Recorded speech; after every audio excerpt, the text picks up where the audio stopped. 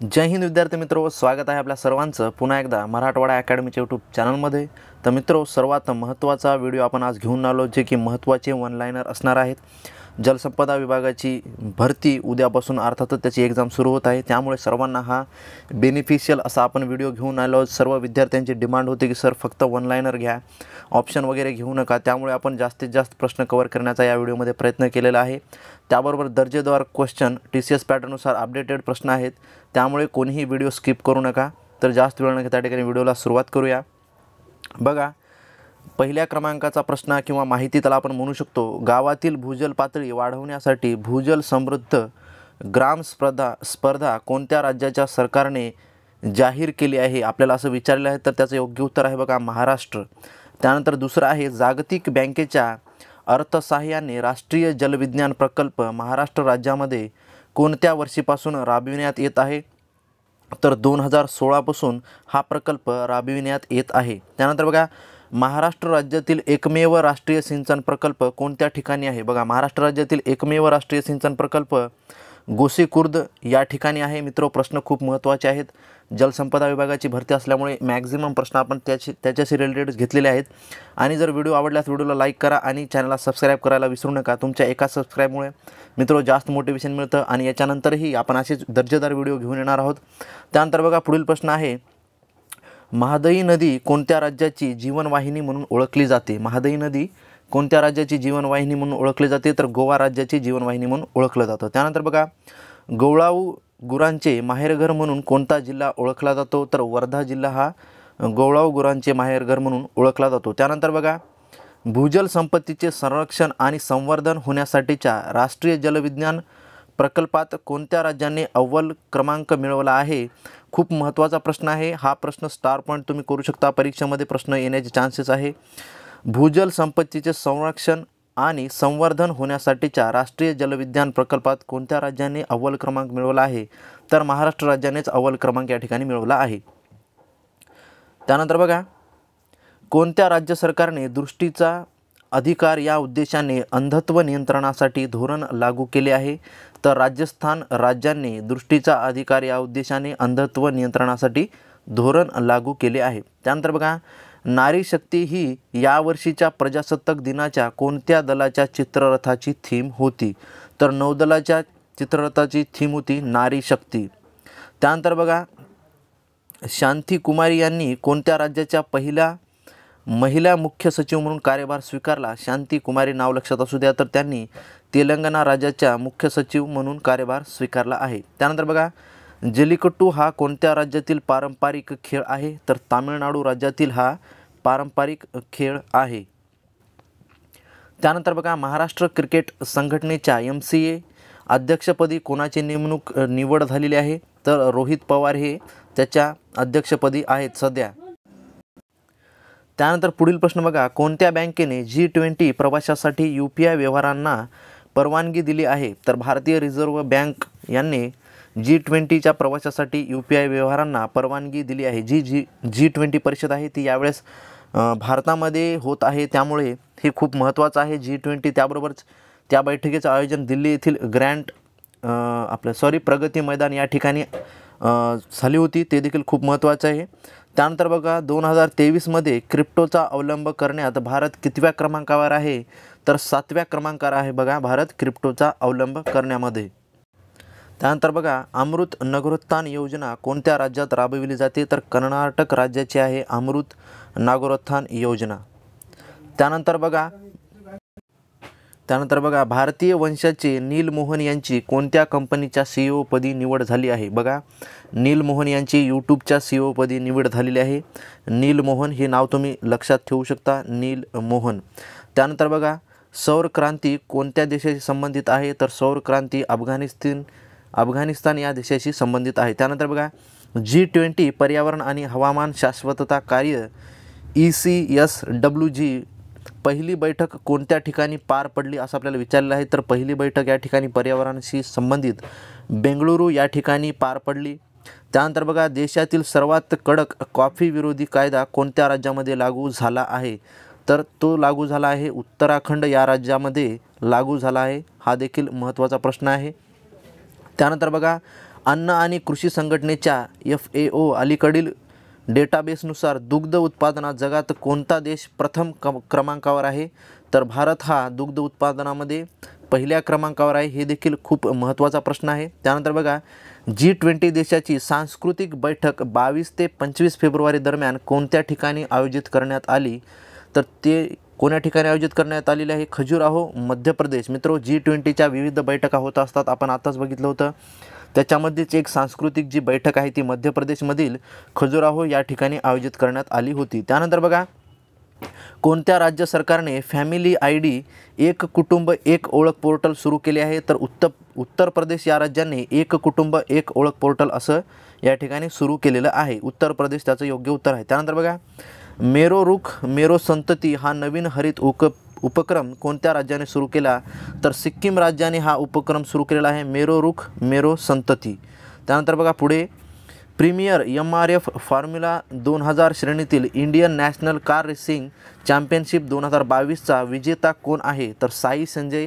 हे नाव लक्षात असू द्या, फॉर्म्युला 2000 याचा विजेता आहे साई संजय. त्याबरोबरच 2022ची ही स्पर्धा होती.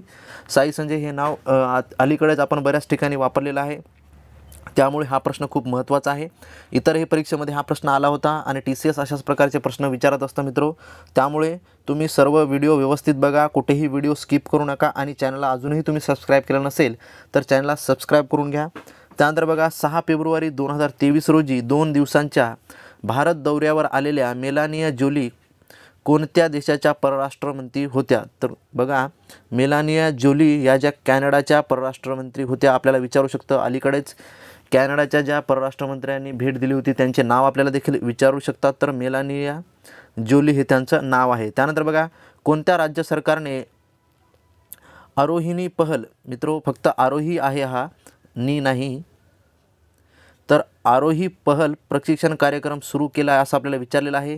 तर उत्तर प्रदेशने आरोही पहल प्रशिक्षण कार्यक्रम सुरू केला आहे.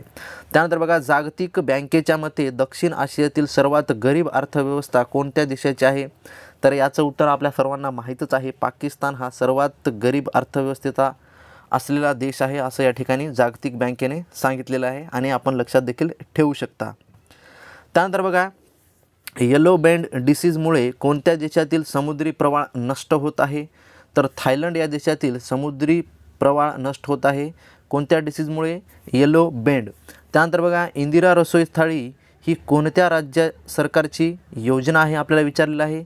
इंदिरा रसोई थाळी ही राजस्थान राज्याची योजना आहे, हे देखील लक्षात ठेवणं गरजेचं आहे. त्यानंतर बघा, संयुक्त राष्ट्राची 2023ची जल परिषद वॉटर कॉन्फरन्स 22 ते 25 मार्च रोजी न्यूयॉर्क येथे होत आहे. हे देखील खूप महत्त्वाचं आहे, संयुक्त राष्ट्राची जल परिषद न्यूयॉर्क या ठिकाणी. त्यानंतर बघा, भारताने कोणत्या संघाला हरवून सलग चौथ्यांदा बॉर्डर गावस्कर चषक ही एक कसोटी क्रिकेट स्पर्धा आहे जी ऑस्ट्रेलिया आणि भारत या दोन संघादरम्यान खेळवली जात आहे? तर त्याचं विजेतेपद कोणी पटकावलेलं आहे? तर ऑस्ट्रेलियाने या ठिकाणी त्याचं विजेतेपद पटकावलेलं आहे. त्यानंतर बघा, पुढील प्रश्न, कोणते दोन देश फ्रीडम शील्ड आणि वॉरियर शील्ड संयुक्त सराव आयोजित करणार आहेत? तर दक्षिण कोरिया आणि अमेरिका हे फ्रीडम शील्ड आणि वॉरियर शील्ड हे संयुक्त सराव आयोजित करत आहेत. हे देखील महत्त्वाचं आहे, संरक्षण संबंधित आहेत घडामोडी, त्यामुळे हे देखील खूप महत्त्वाची प्रश्न आहे. हा प्रश्न TCSच्या बऱ्याच परीक्षेमध्ये आला होता, त्यामुळे आपण त्या ठिकाणी हा प्रश्न घेतलेला आहे. त्यानंतर बघा, कोणत्या राज्याचे मुख्यमंत्री पुष्कर सिंह धामी यांनी राज्यात मुख्यमंत्री एकल महिला स्वरोजगार योजना सुरू करण्याची घोषणा केली आहे? तर उत्तराखंड राज्याची योजना आहे बघा, मुख्यमंत्री एकल महिला स्वरोजगार योजना. आणि झारखंडचे मुख्यमंत्री देखील आपल्याला या ठिकाणी दिले आहे पुष्कर सिंह धामी. या दोन्ही गोष्टी तुम्ही लक्षात ठेवू शकता. त्यानंतर बघा, काझीरंगा राष्ट्रीय उद्यान हे भारताच्या आसाम राज्यात स्थित एक संरक्षित क्षेत्र असून एक शिंगी गेंड्यासाठी प्रसिद्ध आहे. मित्रांनो, बऱ्याच परीक्षेमध्ये हा प्रश्न येत असतो की एक शिंगी गेंड्यासाठी प्रसिद्ध असणारे राष्ट्रीय उद्यान कोणते? तर ते आहे काझीरंगा आणि ते आहे आसाममध्ये. यामध्ये 2018च्या जनगणनेनुसार 2613 गेंडे राहतात, हे देखील महत्त्वाचं आहे. त्यानंतर बघा, ऑस्ट्रेलियाचे डिकिन विद्यापीठ हे गुजरातच्या गिफ्ट सिटीमधील स्वतंत्र कॅम्पसद्वारे भारतात प्रवेश करणारे पहिले परदेशी विद्यापीठ बनणार आहे. तर बघू शकता, हा प्रश्न देखील खूप महत्त्वाचा आहे. बऱ्याच TCSच्या परीक्षेमध्ये हा देखील प्रश्न आला होता. तर ऑस्ट्रेलियाचे डिकिन विद्यापीठ हे पहिले परदेशी विद्यापीठ बनणार आहे जे भारतामध्ये प्रवेश देत आहे, बरोबर आहे. त्यानंतर बघा, कोणत्या राज्याच्या विधानसभेत ऑनलाईन जुगारावर बंदी घालणारे विधेयक संमत केले आहे? तर तामिळनाडू राज्याने ऑनलाईन जुगारावर बंदी घालणारे विधेयक संमत केले आहे.